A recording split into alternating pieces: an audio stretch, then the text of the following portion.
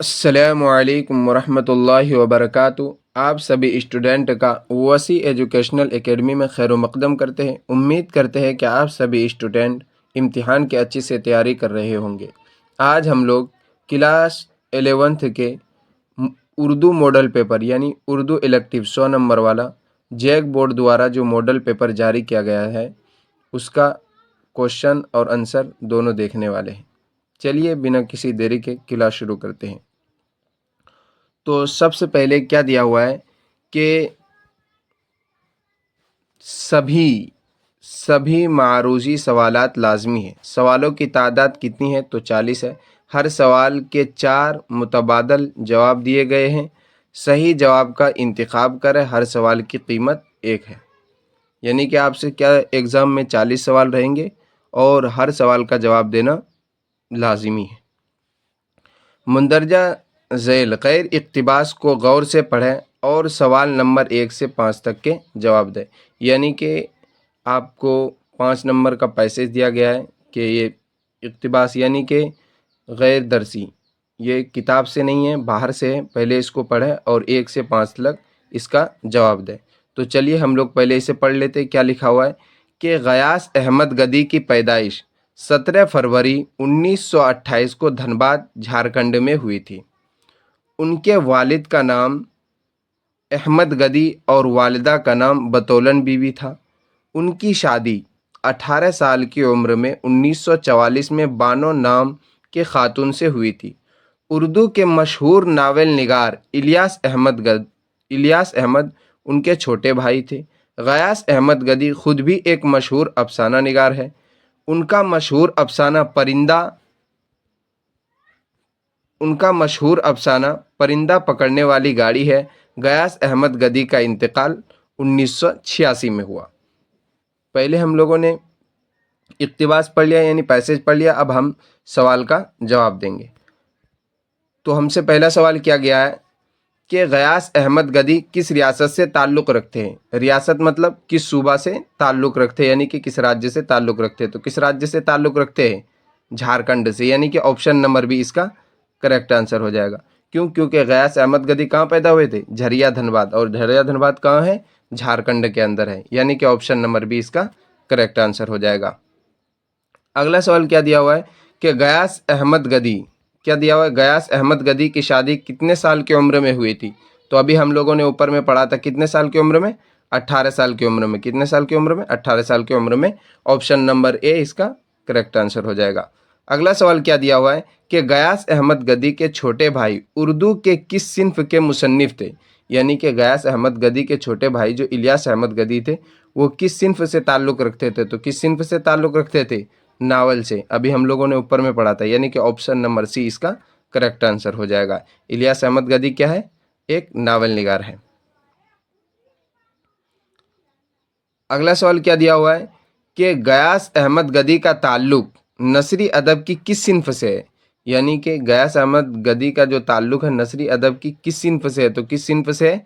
अफसाना निगार। यानी नसरी गयास अहमद गदी क्या है? एक अफसाना निगार है। यानी ऑप्शन नंबर बी इसका करेक्ट आंसर हो जाएगा। और गयास अहमद गदी का भाई जो छोटे भाई थे उनका ताल्लुक किससे था? नावल निगार से। अगला सवाल क्या दिया हुआ है कि गयास अहमद गदी का इंतकाल कब हुआ? गयास अहमद गदी का इंतकाल कब हुआ? तो अभी हम लोगों ने ऊपर में पढ़ा था, कब हुआ था? अभी हम लोगों ने ऊपर में पढ़ा था, यहाँ देखिए क्या दिया हुआ है? 1986। यहाँ देखिए क्या दिया हुआ है? गयास अहमद गदी का इंतकाल कब हुआ था? तो 1986। तो यहाँ देखेंगे किस में दिया हुआ 1986? Option number B, option number B, यानी कि ऑप्शन नंबर बी इसका करेक्ट आंसर हो जाएगा। 1986 में गयास अहमद गदी का इंतकाल हुआ था। अगला सवाल क्या दिया हुआ है कि भारत रत्न इसमें मारफा की कैसी किस्म है? भारत रत्न जो है इसमें मारफा की कैसी किस्म है? तो इसमें मारफा की कैसी किस्म है? खिताब है।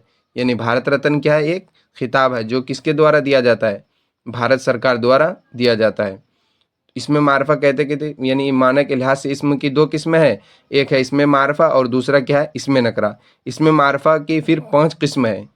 पहला कौन कौन सी है? लक़ब है, कुनैत, लक़ब है, कुनैत है, खिताब है, उर्फ़ है, और एक क्या है? तखल्लुस है।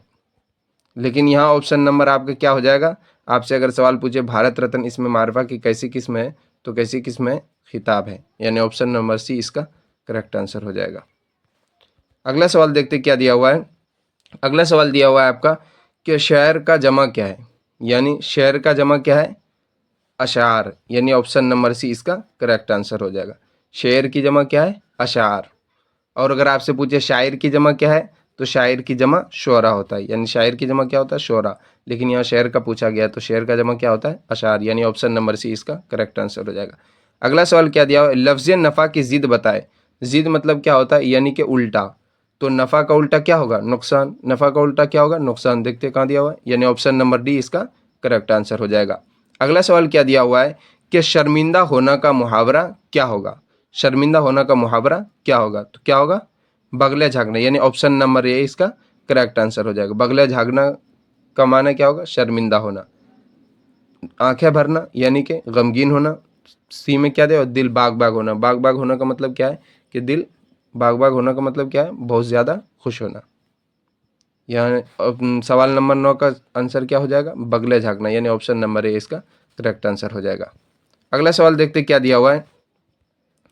अगला सवाल आपका दिया हुआ है, तशबीह के कितने अज्जा होते हैं। तशबीह के कितने अज्जा होते हैं, तो तशबीह के 4 अज्जा होते हैं, यानी ऑप्शन नंबर सी इसका करेक्ट आंसर हो जाएगा। अगला सवाल क्या दिया हुआ है, अगला खत दिया हुआ है, यानी खत में भरना है आपको क्या क्या है। तो सबसे पहला क्या है, मंदरजा झेल दरखास्त को पढ़े और खाली जगहों को दिए गए मुतबादल लफ्ज़ से पुर करते हुए सही जवाब की निशानदही कीजिए। क्या है, जनाब खाली जगह दिया हुआ इसमें, तो यहाँ देखेंगे 11 नंबर में जनाब हेडमास्टर साहब, यानी ऑप्शन नंबर बी इसका करेक्ट आंसर हो जाएगा। वहाँ क्या लगेगा, जनाब हेडमास्टर साहब, यानी कि सवाल नंबर 11 में क्या लगेगा, यहाँ पर जनाब हेडमास्टर साहब, यहाँ क्या लगेगा, हेडमास्टर, यहाँ क्या लगेगा, हेडमास्टर, यानी ऑप्शन नंबर बी इसका करेक्ट आंसर हो जाएगा। अगला सवाल देखते क्या दिया हुआ है।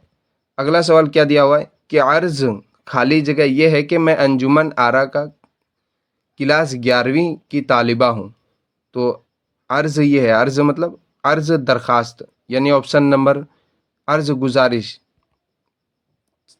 सवाल नंबर 12 का क्या हो जाएगा, ऑप्शन नंबर सी, यानी गुजारिश। अर्ज गुजारिश ये है कि 12 का क्या हो जाएगा, गुजारिश, यानी ऑप्शन नंबर सी इसका करेक्ट आंसर हो जाएगा। अर्ज गुजारिश ये है कि मैं अंजुमन आरा क्लास 11वीं की तालिबा हूँ। मेरे वालिद मोहतरमा माली हालत अच्छी नहीं होने की वजह से, यहाँ 13 नंबर में क्या होगा, हालत, यानी ऑप्शन नंबर बी इसका करेक्ट आंसर हो जाएगा। यानी मेरे वालिद मोहतरम की माली हालत अच्छी नहीं है, माली हालत अच्छी नहीं होने की वजह से, यानी ऑप्शन नंबर बी इसका करेक्ट आंसर हो जाएगा सवाल नंबर 11 का। अगले क्या दिया हुआ है, आगे दिया हुआ है कि अच्छी नहीं होने की वजह से मैं स्कूल की फ़ीस जमा कर पाने से माजूर हूँ, लिहाजा मेरी आपसे मुद्दवाना दरख्वास्त गुजारिश है कि मेरी फ़ीस माफ़ करने की मेहरबानी। मेरी फ़ीस माफ़, यानी कि 14 में क्या आ जाएगा, सवाल नंबर 14 में ऑप्शन नंबर सी, यानी मेरी फ़ीस माफ़ करने की मेहरबानी करे, माफ़, यानी ऑप्शन नंबर सी इसका करेक्ट आंसर हो जाएगा। अगला 15 नंबर में क्या है, इस कार खैर में सदा आपकी शुक्रगुजार रहूंगी, यानी कि 15 नंबर में क्या आ जाएगा, ऑप्शन नंबर बी, शुक्रगुजार रहूंगी, ऑप्शन नंबर बी इसका करेक्ट आंसर हो जाएगा। आपकी फरमाबरदार तालिबा।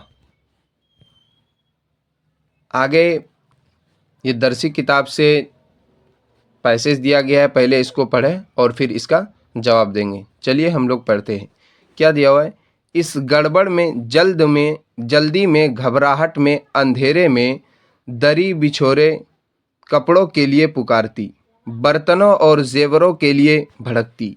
बसंती ने यह भी कहा, भैया रे राम कलिया को ले लो रे। लालटेन डूब चुकी थी, अंधेरे में किसी ने जवाब दिया, मोह उठा लो तू तू चल अरे निकस बहारे। अब सवाल नंबर 16 में क्या दिया हुआ है कि मंदरजा बाला इक़्तिबास नसरी अदब की कौन सी सिन्फ है, यानी कि जो ये इक़्तिबास जिससे लिया गया है ये नसरी अदब के किस सिन्फ़ से ताल्लुक़ रखता है? तो किस सिन्फ़ से ताल्लुक़ रखता है? ये मुख्तसर अफ़साना से ताल्लुक़ रखता है। किस सिन्फ़ से? मुख्तसर अफ़साना, यानी कि ऑप्शन नंबर डी इसका करेक्ट आंसर हो जाएगा। अगला सवाल देखते हैं क्या दिया हुआ है। अगला दिया हुआ है कि मुंदरजा बाला इक़्तिबास किस सबक से माख़ूज़ है? यानी कि जो आपका ऊपर में जो इक़्तिबास यानी कि पैसेज दिया हुआ है वो किस सबक से माख़ूज़ है? तो किस सबक से है? गोरी हो गोरी। किस सबक से है? गोरी हो गोरी, यानी कि ऑप्शन नंबर सी इसका करेक्ट आंसर हो जाएगा। अगला सवाल देखते हैं क्या दिया हुआ है। सवाल नंबर 18 क्या दिया हुआ है आपका कि मुंदरजा बाला इक़्तिबास के मुसन्निफ़ का नाम बताएं। यानी कि आपके गोरी हो गोरी जो इक़्तिबास यानी कि गोरी हो गोरी जो अफ़साना है उसके मुसन्निफ़ कौन है? तो कौन है? सैयद रफ़ीक हुसैन। कौन है? सैयद रफ़ीक हुसैन, यानी ऑप्शन नंबर सी इसका करेक्ट आंसर हो जाएगा। अगला सवाल क्या दिया हुआ है कि किसने कहा भैया रे राम कलिया को ले लो रे? किसने कहा था? तो बसंती ने, यानी ऑप्शन नंबर सी इसका करेक्ट आंसर हो जाएगा। अगला सवाल क्या दिया हुआ है कि अरी निकस बहारे के क्या माने हैं? अरी निकस बहारे, इसके माने क्या होंगे? क्या होंगे? बाहर निकलो। इसका माने अरी निकस बहारे के माने क्या होंगे? बाहर निकलो। ऑप्शन नंबर बी इसका करेक्ट आंसर हो जाएगा। अगला सवाल देखते क्या दिया हुआ है। अगला सवाल दिया हुआ है आपका कि मीर अमन कहाँ के रहने वाले थे? यानी आपके निसाब में जो पहला ही दास्तां है क्या है? सरगुज़िश्ता आज़ाद बख्त बादशाह की, तो उसके मुसन्निफ़ है मीर अमन। क्या है? उसके मुसन्निफ़ है। और ये आपसे सवाल में पूछ रहे हैं कि मीर अमन कहाँ के रहने वाले थे? तो मीर अमन कहाँ के रहने वाले थे? दिल्ली के रहने वाले थे। कहाँ के रहने वाले थे? दिल्ली के रहने वाले थे। ऑप्शन नंबर बी इसका करेक्ट आंसर हो जाएगा। अगला सवाल क्या दिया हुआ है कि आब हयात में किसने शुअराए उर्दू की तारीख़ का मुख्तलिफ़ अदवार में तकसीम किया है? तो किसने? आब हयात यानी कि पूछा जा रहा है आपसे कि आब हयात के मुसन्निफ़ कौन है? डायरेक्ट बात यही है। तो आब हयात के मुसन्निफ़ कौन है? मोहम्मद हुसैन आज़ाद, यानी कि ऑप्शन नंबर ए इसका करेक्ट आंसर हो जाएगा। अगला सवाल आपका दिया हुआ है कि पितरस बुखारी का असल नाम क्या था? पितरस बुखारी का असल नाम क्या है? सैयद अहमद शाह बुखारी। पितरस बुखारी का असल नाम क्या है? सैयद अहमद शाह बुखारी, यानी ऑप्शन नंबर सी इसका करेक्ट आंसर हो जाएगा। आपसे ये भी सवाल पूछ सकता है कि पितरस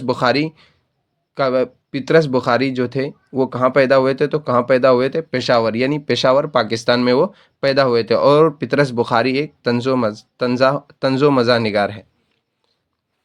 अगला सवाल क्या दिया हुआ है कि सवेरे जो कल आंख मेरी खुली मुसन्निफ अपने किस पड़ोसी को सुबह जगाने के लिए कहते हैं? यानी सवेरे जो कल आंख मेरी खुली इसके मुसन्निफ कौन है? तो सैयद अहमद शाह बुखारी क्या है इसके मुसन्निफ है। लेकिन आपसे सवाल में ये नहीं पूछ रहा है, सवाल में ये पूछ रहा है कि सवेरे जो कल आंख मेरी खुली के मुसन्निफ अपने किस पड़ोसी को, यानी कि किस पड़ोसी को कहता है कि सुबह सुबह मुझे जगाना? तो किस पड़ोसी को कहता है? लाला कृपा शंकर जी, यानी कि ऑप्शन नंबर सी इसका करेक्ट आंसर हो जाएगा। क्या? लाला कृपा शंकर जी को वो सुबह सुबह जगाने के लिए कहते हैं। अगला सवाल क्या दिया हुआ है आपका? दिल्ली के आखिर दास्तां गो कौन थे? तो दिल्ली के आखिरी दास्तां गो कौन थे? मीर बाकुर अली। कौन थे? मीर बाकुर अली। कौन थे? मीर बाकुर अली बहुत मशहूर दास्तां गो थे और वो दिल्ली के आखिरी दास्तां गो थे, यानी ऑप्शन नंबर बी इसका करेक्ट आंसर हो जाएगा। अगला सवाल क्या दिया हुआ है? क्या दिया हुआ है कि मंदरजा झेल अशार को गौर से पढ़े और सवाल नंबर 26 से लेकर 30 तक के जवाब मुतबादल अल्फाज से ढूंढ कर दे। तो चलिए हम लोग पढ़ लेते हैं। पहले क्या दिया हुआ है? अर्जो समा कहाँ तेरी वुसात को पा सके, मेरा ही दिल है वो कि जहाँ तू समा सके, मस्त शराब इश्क वो बेखुद है जिसको हश्र, ए दर्द चाहे लाए बेखुद भर न ला सके, बाखुद फिर ना ला सके। तो सवाल नंबर 26 में क्या दिया हुआ है कि मंदरजा बाला अशार किनके गज़ल के अशार हैं? तो किनके गज़ल के अशार है? यहाँ देखिए खुद गज़ल में ही दिया हुआ है, दर्द दिख रहा होगा आपको, यानी ऑप्शन नंबर बी इसका करेक्ट आंसर हो जाएगा। सवाल नंबर 26 का क्या हो जाएगा? Option number B. Khwaja Mir Dard इस गज़ल के क्या है? मुसन्निफ है, यानी ऑप्शन नंबर बी इसका करेक्ट आंसर हो जाएगा। अगला सवाल देखते क्या दिया हुआ है कि अगला सवाल दिया हुआ है आपका, इन अशार में रदीफ कौन सा लफ्ज़ है? रदीफ कौन सा लफ्ज़ है? अर्ज सके समा नहीं, कौन सा लफ्ज़ है? सके, यानी ऑप्शन नंबर बी इसका करेक्ट आंसर हो जाएगा। सके क्या है, रदीफ है। अगला सवाल क्या दिया हुआ है कि लफ्ज मुंदरजा बाला अशार में कौन सा लफ्ज, कौन सा अल्फाज काफिया है, कौन सा अल्फाज काफिया है?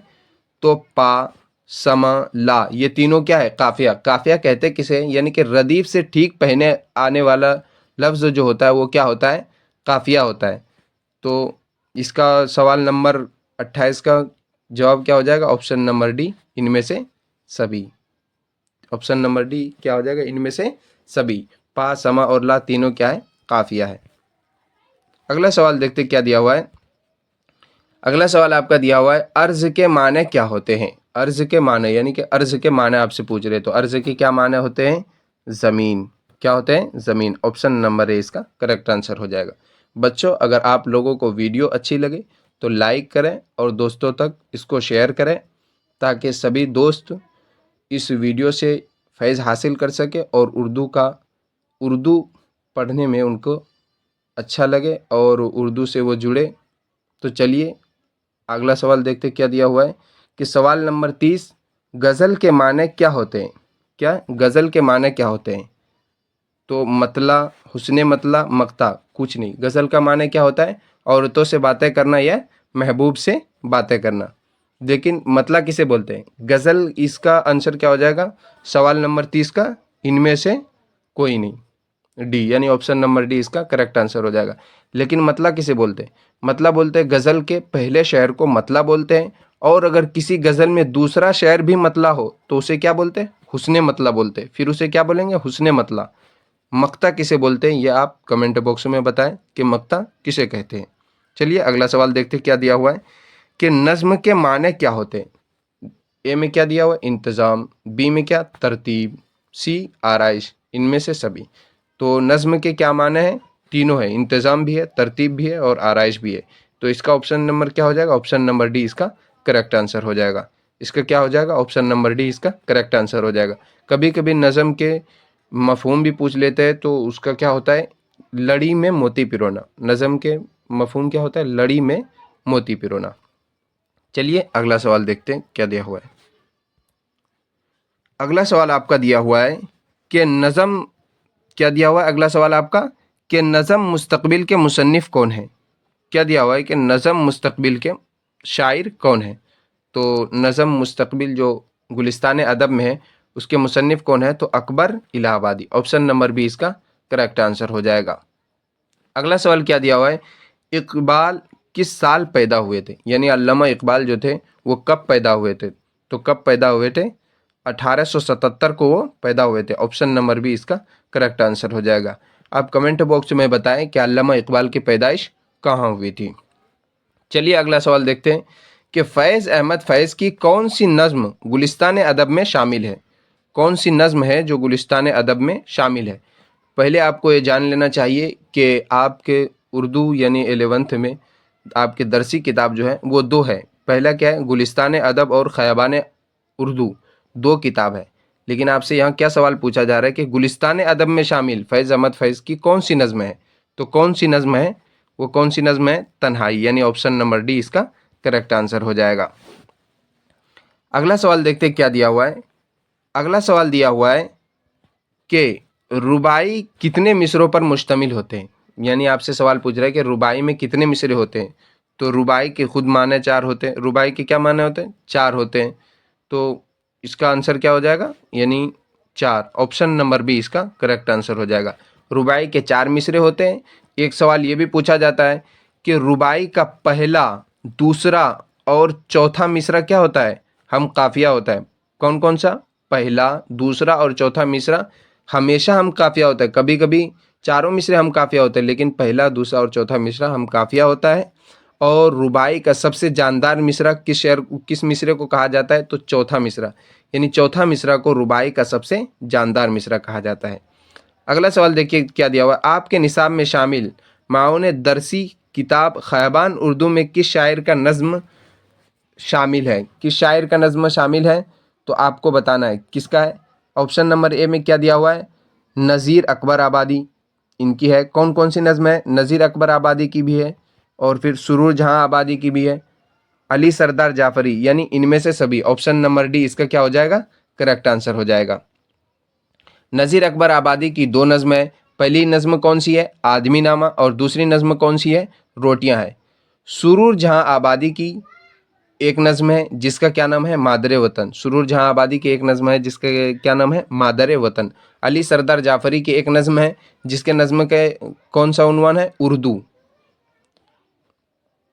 अगला सवाल देखते क्या दिया हुआ है, कि अगला सवाल दिया हुआ है आपका, नज़म एक लड़का के शायर कौन है? यानी एक लड़का जो आपके ख़ैबान उर्दू में एक नज़्म है, तो उसके मुसन्निफ़ पूछ रहे, तो उसके मुसन्निफ़ कौन है? अख्तरुल ईमान। ऑप्शन नंबर ए इसका करेक्ट आंसर हो जाएगा। अगला सवाल क्या दिया हुआ है कि मीरा जी का असल नाम क्या था? मीरा जी का असल नाम क्या था? तो मीरा जी का असल नाम क्या था? मोहम्मद अमानुल्लाह डार। बी में क्या दिया हुआ है? मोहम्मद सनाउल्लाह डार। असल नाम क्या था मीरा जी का? मीरा जी का असल नाम मोहम्मद सनाउल्लाह डार था, यानी कि ऑप्शन नंबर बी इसका करेक्ट आंसर हो जाएगा। क्या नाम था? मोहम्मद सनाउल्लाह डार, मीरा जी का ये असल नाम था।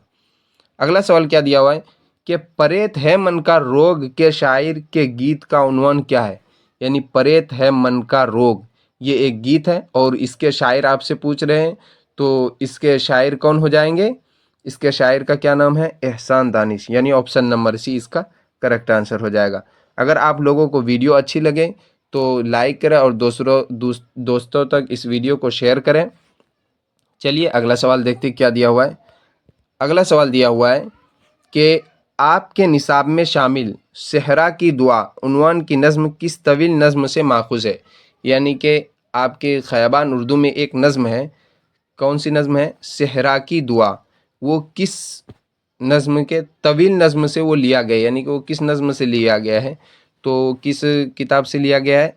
शाहनामा इस्लाम। किससे लिया गया है? शाहनामा इस्लाम। और इसके मुसन्निफ़ का नाम क्या है? इसके मुसन्निफ़ का क्या नाम है? हाफिज़ जालंधरी।